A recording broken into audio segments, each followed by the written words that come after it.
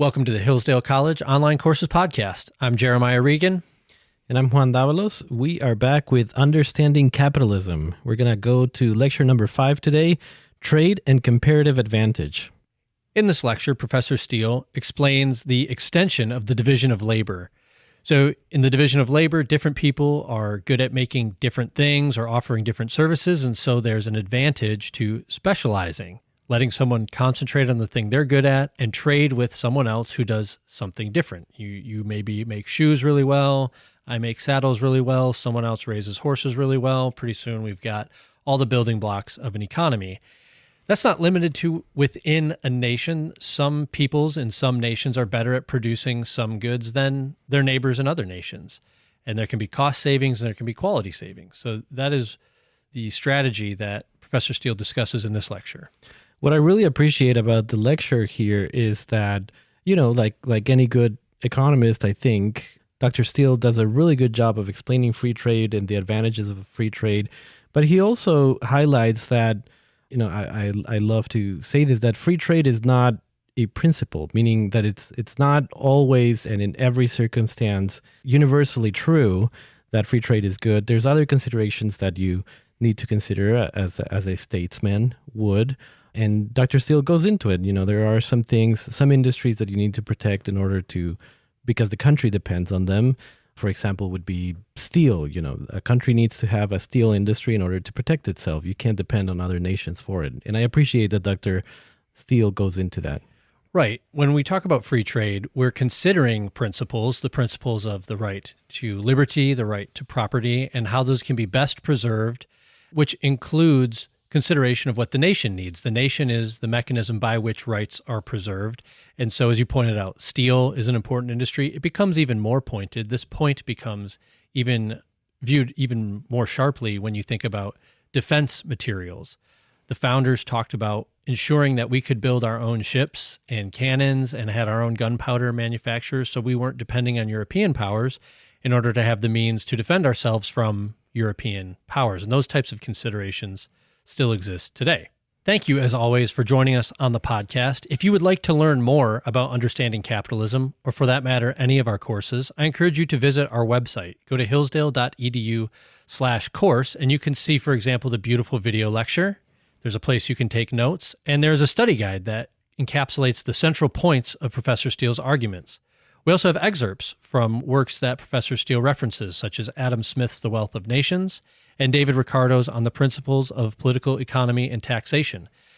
As trustworthy as Professor Steele is, you don't have to just take his word. You can go straight to the primary source, like our Hillsdale College students do. And if you finish the course on the website, you can also get a completion certificate. So go to hillsdale.edu/course. And now let's turn to Lecture 5 of Understanding Capitalism, Trade and Comparative Advantage.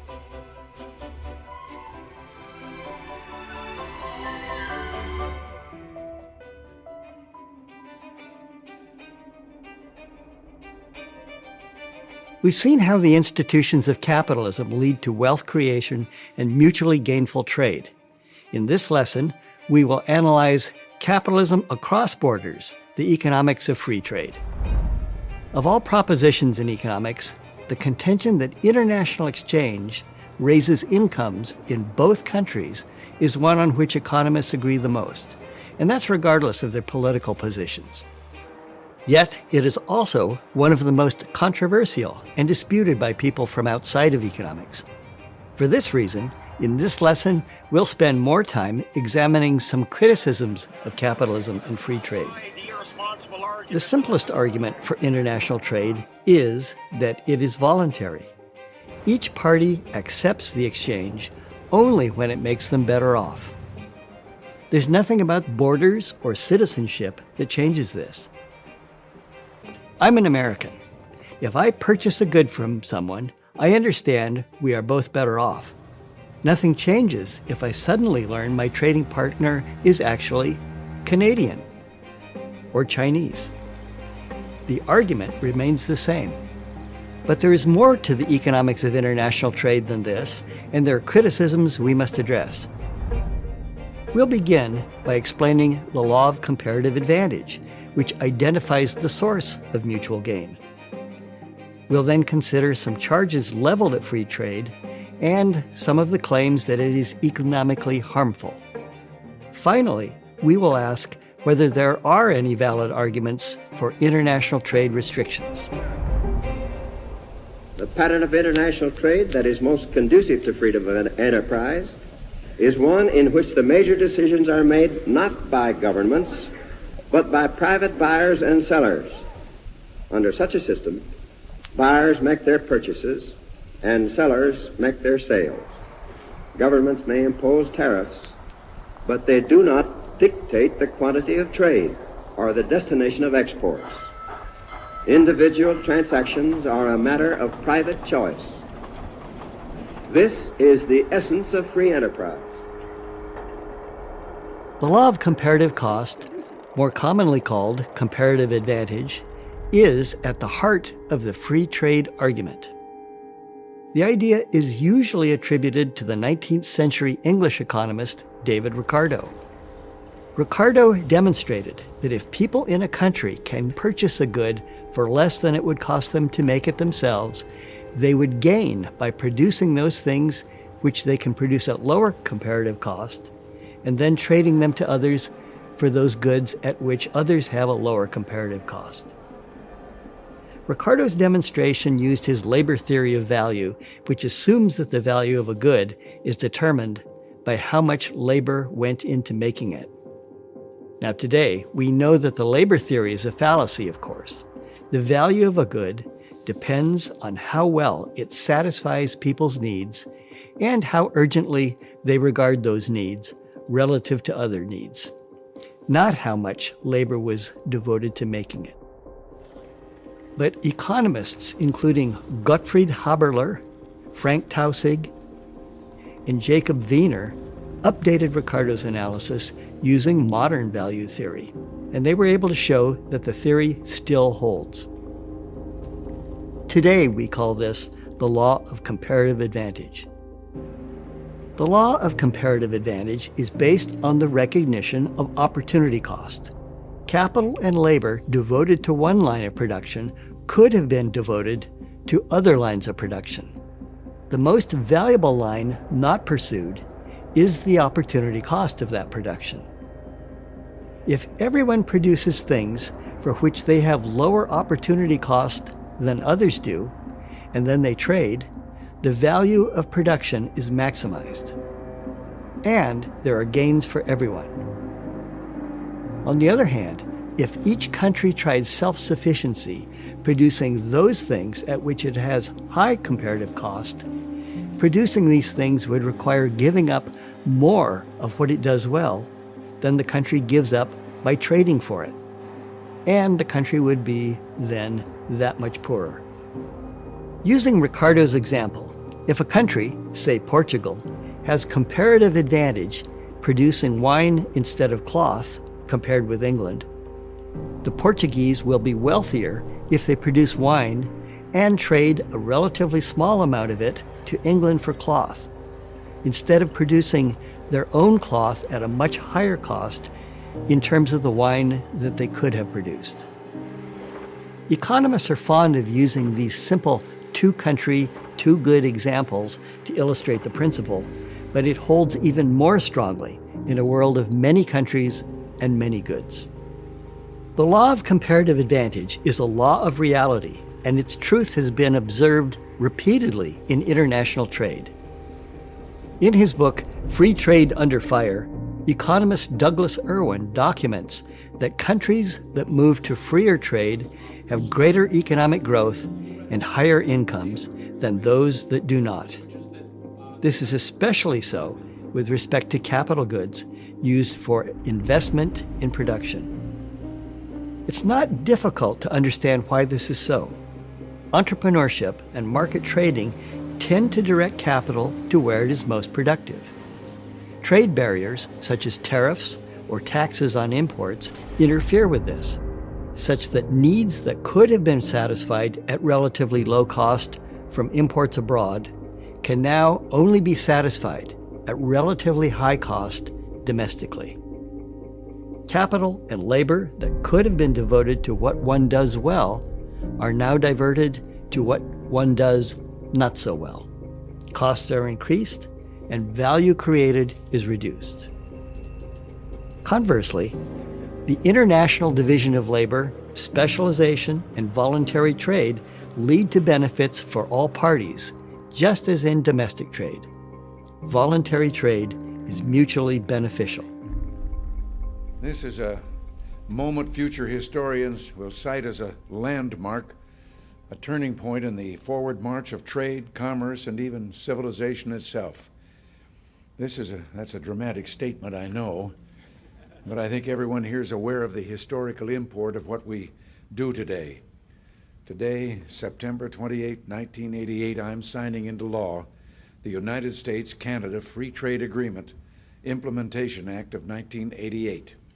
This agreement brings down the tariff walls between our two nations and in so doing creates the world's largest free trade area. Why then is free trade so frequently criticized from both left and right? Let's examine some contentions about the effects of free trade. We'll consider the challenge of low-wage competition from abroad, the alleged decline of American manufacturing, the claim of unemployment, and related issues. We'll then ask whether there are any good arguments for restricting free trade.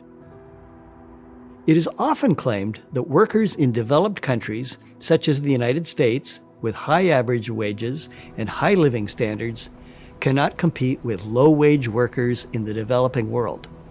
The contention is that with free trade, either American wages will have to fall to foreign levels, or else jobs will be sent overseas, to low-wage countries like China, and unemployment in America will soar. This argument sounds plausible on the surface, but it runs afoul of reality, of the pricing process we discussed in Lesson 2. The level of wages in a capitalist economy depends on the productivity of labor. Higher levels of capital, more skills, more knowledge, and better institutions all make labor more productive. The more productive labor is, the more entrepreneurs will bid to attract it from other lines of production, just as with any other factor. A high-wage economy is an economy with high average worker productivity. A low-wage economy is an economy with low average worker productivity. In the early 2000s, the average wage in China was roughly 1/10 of the average wage in the United States. An increasing trade with China drove fears that unemployment in America would soar. But average labor productivity in China was also about 1/10 of that in America, just as economic theory predicted.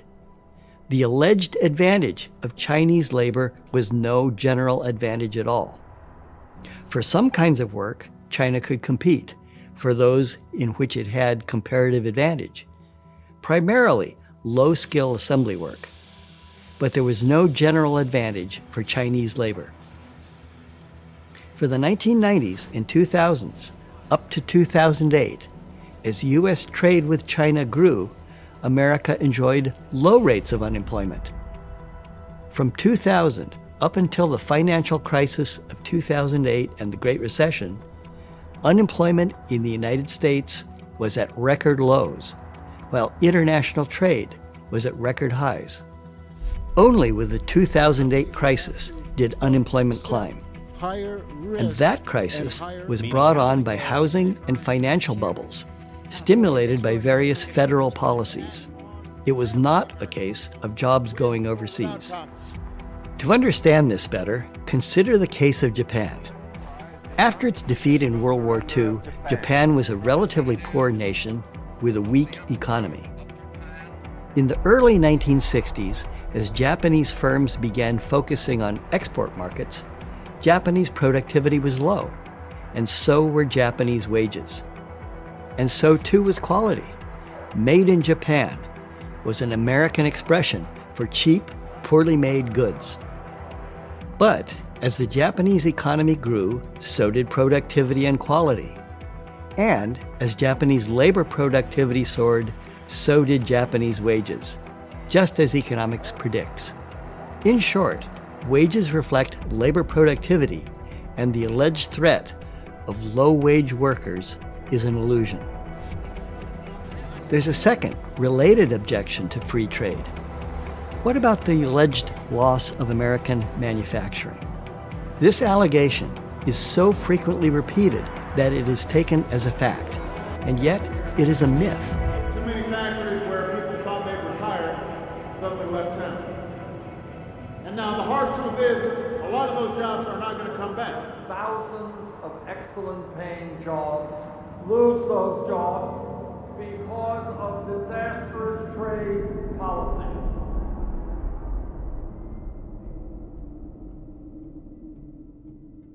Good evening.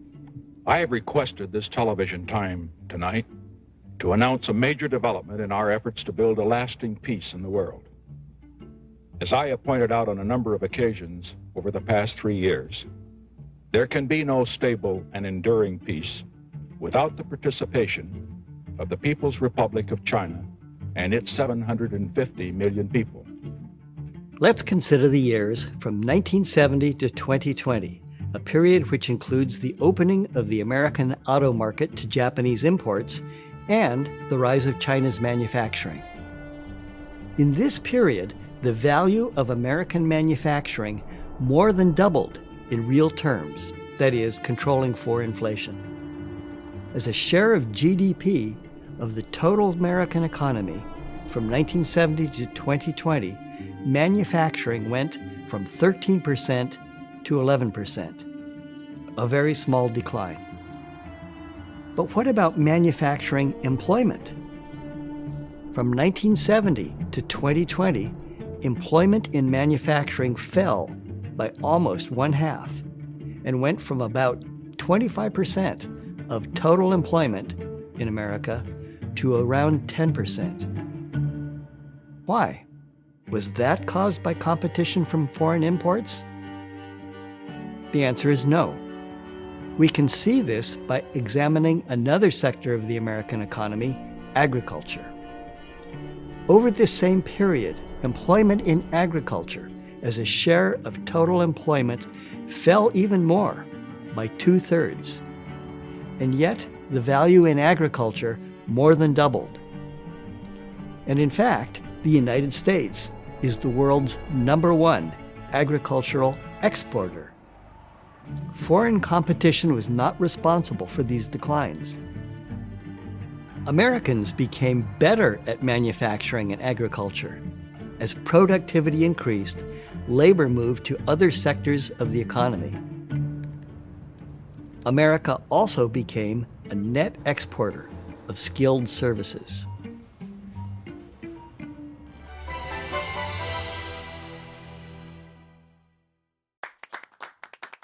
Hillsdale College is a small, Christian, classical liberal arts college that operates independently of government funding, and we want you or your son or daughter to apply.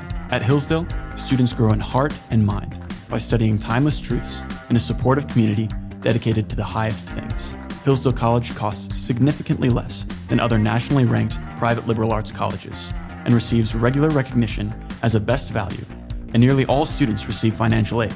Our robust core curriculum, vibrant student life, and 8-to-1 student-to-faculty ratio make for an education like no other. For more information or to fill out an application, visit hillsdale.edu/info. That's hillsdale.edu/info.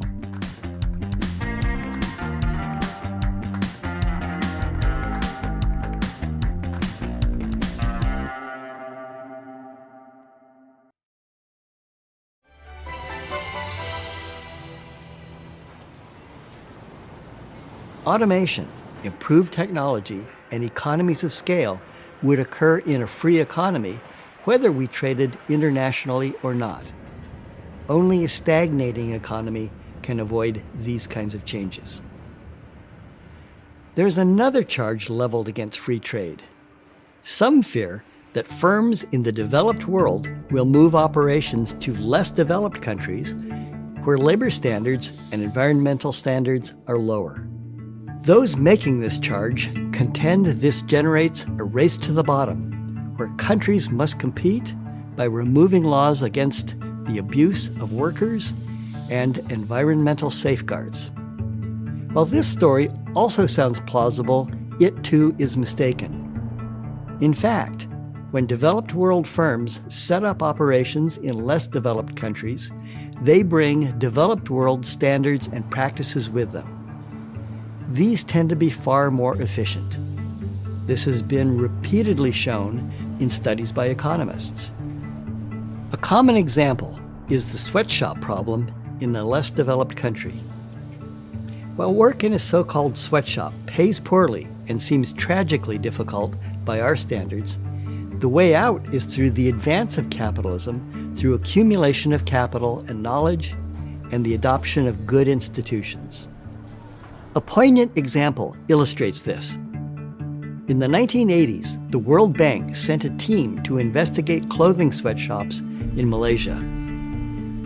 They interviewed a group of women working in these shops, and the first thing they were told was, "Please do not do anything that jeopardizes these jobs. They are the best thing that have happened to us. We earn what we think are good incomes. If these jobs go away, our alternatives are either prostitution or returning to our villages for arranged marriages." That's the reality of the less developed world. The way out of this poverty is through accumulation of knowledge, of capital, of skills, and economic growth. International trade promotes this. Expanding trade and capitalism is the way to end poverty.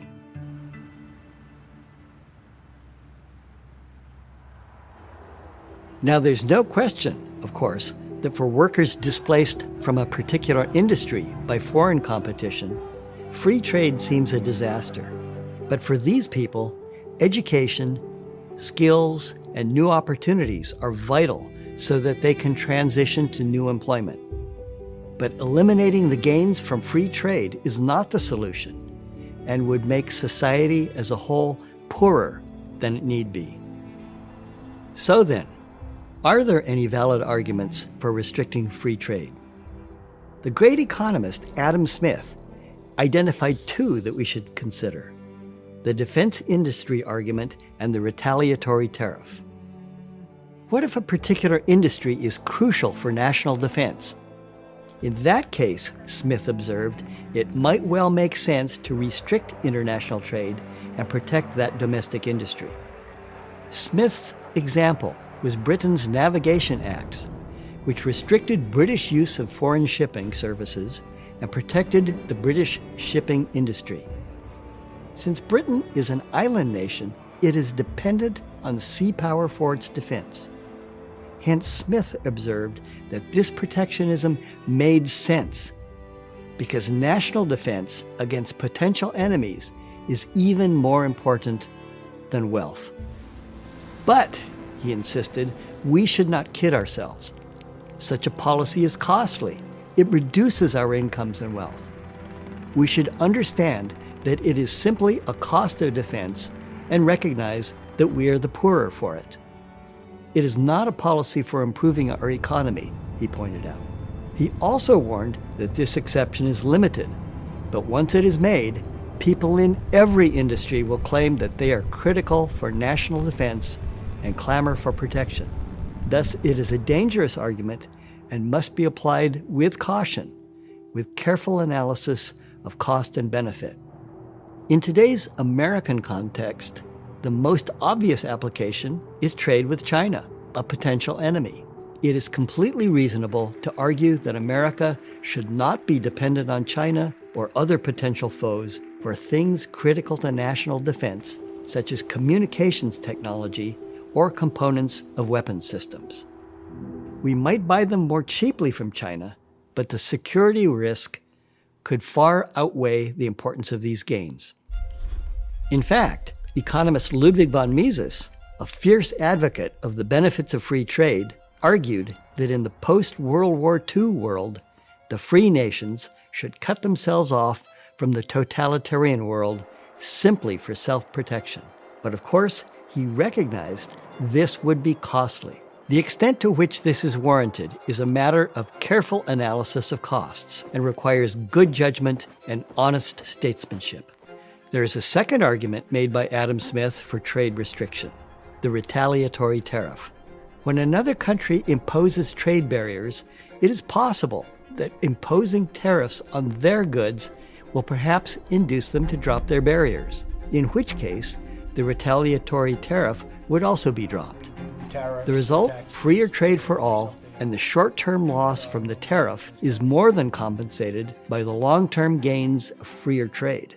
But it should be noted that much of the cost of these tariffs is borne by the citizens of the country imposing them. Whether a retaliatory tariff will work is again a question of judgment and depends on careful statesmanship and strategic thought. In sum, trade results in mutual gain, whether it crosses international borders or not. But could a world of higher consumption be sustainable? In our next lesson, we'll return to the question of resources. Are we running out? Is capitalism itself sustainable?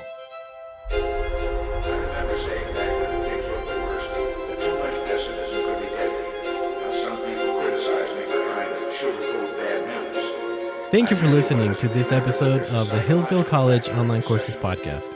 If you want to continue learning, please visit hillsdale.edu/course.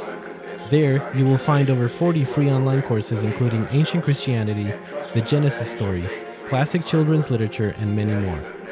The courses include additional readings, study guides, fully produced videos, and you can chat with your fellow students on a dedicated forum. Upon completing a course, you will also get a certificate. All our courses are free because we believe that what you'll learn will enrich your life and that a virtuous citizen is the best defense for liberty. So pursue the education necessary for freedom and happiness at hillsdale.edu/course today. That's hillsdale.edu/course. Thanks for listening.